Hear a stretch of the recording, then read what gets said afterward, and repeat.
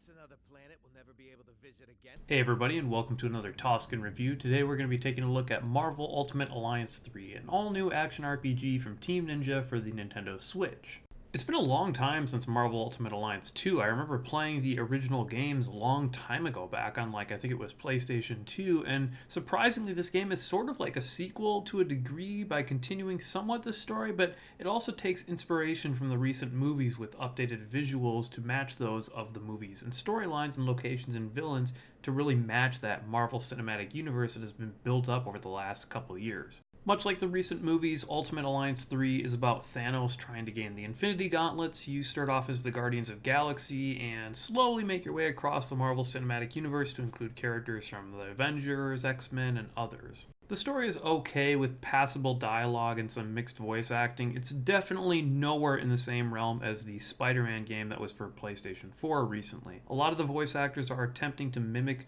the movie actors and actresses to mixed results. It's really just an excuse to get you fighting all the Marvel's villains and get the chance to play as any random Marvel character from Spider-Man to Iron Man to Doctor Strange to Luke Cage to Daredevil to the Venom and even Wolverine. The gameplay is a lot like the past two games. They beat 'em up action RPG. Each character gets different abilities that help to diversify their playstyle. Some characters are slow but hard-hitting or ranged like Doctor Strange, while others are fast-paced and get in your face like Black Panther. There's really a character in this game for anyone, and really a playstyle in this game for anyone as well. It's fun combat, but it gets boring after a while. It's fairly simple. There's combos you can do with other characters in your party which incentivize you to synergize characters, but the combat just isn't really deep enough for you to really care. Most of the time you're just spamming a couple of abilities and beating a couple guys up and running around in circles. There's trials for challenges around the map that add additional rewards like more unlockable characters. They force you to complete certain restrictions like doing a boss battle where you can only win with a certain type of attack or other things like that, but I just honestly felt like they were kind of poorly designed.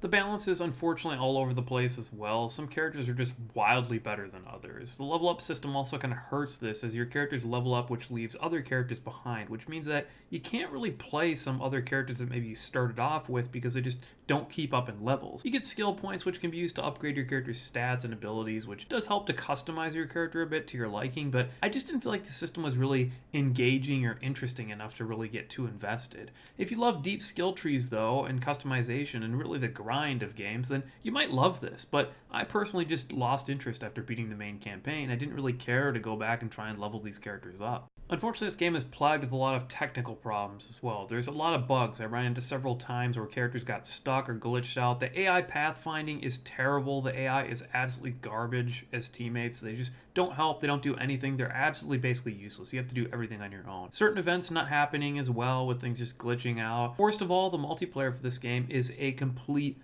mess. Multiple times disconnecting and lagging and having multiple occasions where performance degraded, not just due to lag, but due to the sheer performance problems that made me question this game's real optimization. It just doesn't seem very well thought out from a technical standpoint when you're having all these technical problems constantly.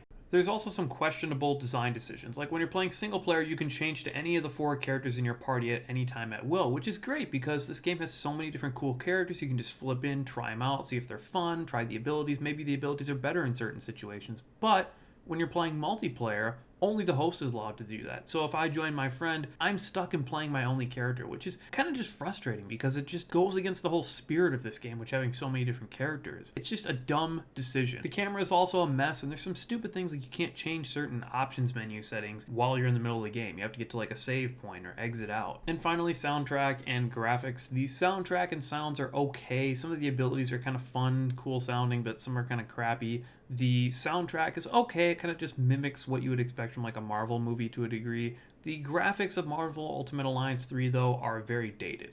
It has some cool effects here and there, but it feels like it's a generation or two behind. And I understand the Switch can only do so much, but I've seen the Switch do so much better than this. I don't understand why this is where we're drawing the line. Overall, Marvel Ultimate Alliance 3 was okay to me. It's fun being able to choose any character in the Marvel Cinematic Universe. I've been watching these movies for so long now that it's just cool to be able to play as Spider-Man or any random character within this universe. But there's just so many problems with this game. There's bugs, performance issues where it slows down constantly, and the overall bland combat that this game just doesn't really do anything special. I'd say this game is definitely a wait for a sale because there's just nothing really amazing about it, unless you're a huge Marvel fan. If you're a huge Marvel fan, then I'd say go pick this game up because you're probably going to love it. You get to play as all these different characters. Why wouldn't you?